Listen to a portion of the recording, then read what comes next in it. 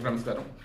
ప్రగతి గారు ఆమె జిమ్లో ఎక్సర్సైజ్ చేస్తున్నప్పుడు కానీ, వెయిట్ లిఫ్టింగ్ ఎత్తుతున్నప్పుడు కానీ ఆమెను అనరాని మాటలు ఎన్నో రకాలుగా అన్నారు.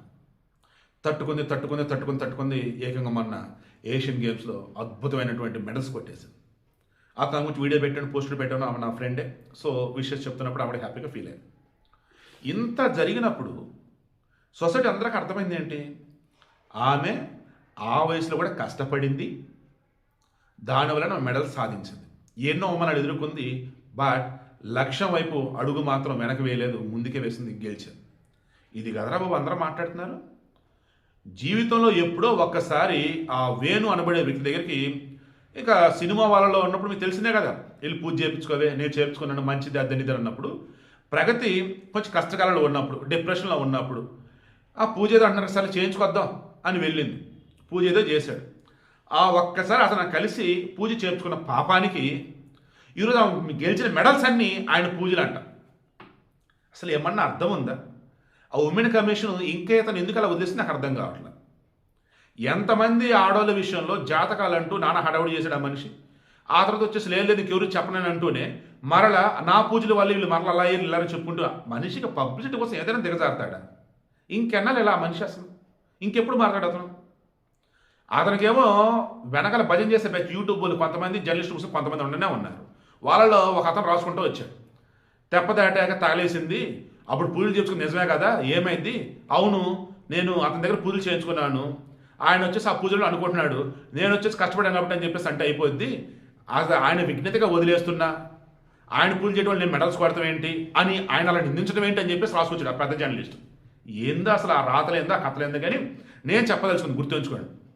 మీరు హిందువా, ముస్లిమా, క్రిస్టియన్ ఎవరైనా కానీ మీరు దేవుడిని నమ్మటం అన్నది నిజం, దేవుడి మీద భక్తితో, దేవుడి మీద విశ్వాసంతో మీ ఎఫర్ట్స్ పెడుతున్నది నిజం, మీ ఎఫర్ట్స్ వల్లే మీరు సాధిస్తారన్నది నిజం. ఆ పూజో, ఆ తాయెత్తో, ఆ ప్రార్థన వల్ల, ఆ కొబ్బరి వల్ల కాదు. ఎవరైనా కానీ ఇక మీదట నా పూజల వల్లే ఆమె గెలిచింది, నేను దీవించడం వల్లే వాళ్ళు సాధించినట్టు చెప్పి వాళ్ళకన్నా దరిద్రులు ఎక్కువ ఉండరు. ఓపెన్ ఈ మాట.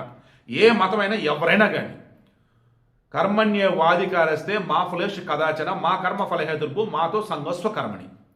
కర్మలను ఆచరించడం నీకు అధికారం కలదు కానీ ఆ కర్మ ఫలమునందు కాదు. అలా చెప్పి కర్మను ఆచరించడం ఆపరాదు. శ్రీకృష్ణ పరమాత్ముడు భగవంతుడే చెప్పాడు నాయన, నీ ఎఫర్ట్స్ నువ్వు పెట్టరా బాబు, నీకు ఇవ్వాల్సి నేను ఇస్తా అని చెప్పేసి. ఆమె కష్టపడి ఆ రకంగా ఎఫర్ట్స్ పెట్టి ఆమె వచ్చేసి మెడల్స్ గెలవటం ఏంటి, నేను పూజలు చేయడం వల్ల ఆమె మెడల్స్ గెలిచిందని చెప్పుకోవటం ఇంతకన్నా దరిద్రం ఉండిద్దా? ఆయన మీద ఎవరొకరు కేసు ఇస్తే తప్ప అయ్యేటట్లేడు. బట్ అవతరాలు వేరు, ఎందుకు అతను దిగదారంటే మనం దిగదారతాం ఏందని చెప్పేసి సైలెంట్ అయ్యారు. ఆమె కూడా అలా అంది, ఒకటే అంది, అతను పూజల వల్ల నేను మెడల్స్ కొడతాం ఏంటి, ఆయన విఘ్నతగా వదిలేస్తున్నాడు ఎందుకు అట్ట అన్నాడు ఏంటో. వెళ్ళిన మాట అయితే వాస్తవం. ఒకసారి పూజలు అయితే చేర్చుకున్నాం, ఇప్పుడు డిప్రెషన్లో బాధలో ఉన్నప్పుడు పూజలు చేర్చుకున్నారు, వెళ్ళి చేయించుకున్నాం. ఎందుకు ఇంట్రెస్ట్ ఉన్న వాళ్ళకి ఎంతమందిగా చేస్తున్నాడు కాబట్టి. బట్ ఆ తర్వాత నా లైఫ్ నేను క్లారిటీ ఉంది, నేను ఎందుకు చూసుకుంటా అని చెప్పి సామె చెప్పుకొచ్చింది. మరలా చెప్తున్నా, క్రైస్తవులైనా, ముస్లింలైనా, సిక్కులైనా, జైన్లైనా, బౌద్ధులైనా, హిందువులైనా ఎవరైనా కానీ మీకు మతాధికారో, మత పెద్దో, పూజలో, ప్రార్థనలో, తాయత్తులో ఏవైనా సరే అవి జస్ట్ ఎలాగంటే మీకు కూసింత ఉపశమనం కలిగించేవి, లేదంటే కూసింత హెల్ప్ అయ్యేవి తప్ప వాటి వల్ల మీరు ఏది సాధించలేరు. మీరు సాధించాలంటే భగవద్గీత చెప్పినట్టు మీ ఎఫర్ట్స్ మీరు పెట్టాలి. మీ ఎఫర్ట్స్ మీరు పెట్టినప్పుడు సాధిస్తారు. ఈమె ఎఫర్ట్స్ పెట్టింది, సాధించింది.